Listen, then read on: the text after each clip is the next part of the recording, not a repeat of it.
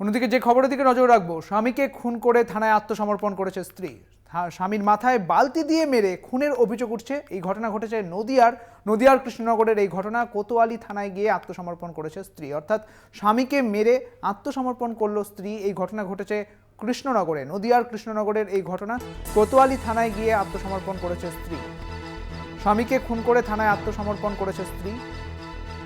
এই খবর উঠে আসছে নদিয়া থেকে, নদিয়ার কৃষ্ণনগরের এই ঘটনা, যেখানে প্রথমে খুন করা হয় স্বামীকে এবং তারপরে স্ত্রী নিজে গিয়ে আত্মসমর্পণ করেন পুলিশের কাছে। নদিয়ার কৃষ্ণনগরের ঘটনা। তবে ঠিক কী কারণে তাকে খুন করলেন স্ত্রী তা এখনো পর্যন্ত জানা যায়নি। তার তদন্ত শুরু করেছে পুলিশ। ইতিমধ্যে আত্মসমর্পণ করেছেন স্ত্রী, নিজে গিয়েই আত্মসমর্পণ করেছেন। উল্লেখযোগ্য যে স্বামীকে মাথায় বালতি দিয়ে মেরে খুন করেছেন তিনি এবং তারপরে নিজেই আত্মসমর্পণ করেছেন পুলিশের কাছে। নদিয়ার কৃষ্ণনগরের ঘটনা, কোতোয়ালি থানায় গিয়ে আত্মসমর্পণ করেছেন স্ত্রী। বিস্তারিত জানবো, আমাদের সঙ্গে রয়েছেন আমাদের প্রতিনিধি সন্তু সাহা। সন্তু, ঠিক কি কারণে খুন করেছেন স্ত্রী?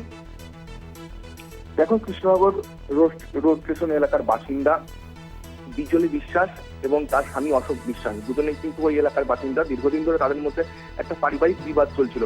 যেমনটা জানা গিয়েছে, গতকাল গভীর রাতে কিন্তু এই বিবাদ চরমে ওঠে। সেই সময় কিন্তু ওই স্ত্রী বিজলি বিশ্বাস মাথায় বালতি দিয়ে জোরালো আঘাত করলে কিন্তু ঘটনাস্থলে মৃত্যু হয় তার স্বামীর। এই ঘটনার পর কিন্তু ওর স্ত্রী তার ঘরে তালা মেরে সোজাসুজি কোতোয়ালি থানায় গিয়ে আত্মসমর্পণ করেন। তিনি যেমন এই সম্পূর্ণ বিষয়টি পুলিশকে জানান। এরপর পুলিশ গিয়ে কিন্তু মৃতদেহ উদ্ধার করে। এই যে ঘটনা, স্বামী স্ত্রীর মধ্যে বিবাদের কারণে এই ঘটনা বলে স্থানীয় সূত্রে যেমনটা জানা যাচ্ছে, এই ঘটনায় কিন্তু রীতিমতো একটা চাঞ্চল্যের সৃষ্টি হয়েছে এলাকায়। সুদীপ্তদা, বেশ, অনেক ধন্যবাদ সন্তু তোমাকে। আমাদের সঙ্গে ছিলেন আমাদের প্রতিনিধি সন্তু সাহা। আপনাদের জানিয়ে রাখি, স্বামীর মাথায় বালতি দিয়ে মেরে খুনের অভিযোগ। মূলত প্রাথমিকভাবে যা অনুমান করা হচ্ছে যে পারিবারিক যে বিবাদ, সেই বিবাদের জেরেই এই ঘটনা ঘটেছে। নদিয়ার কৃষ্ণনগরের ঘটনা।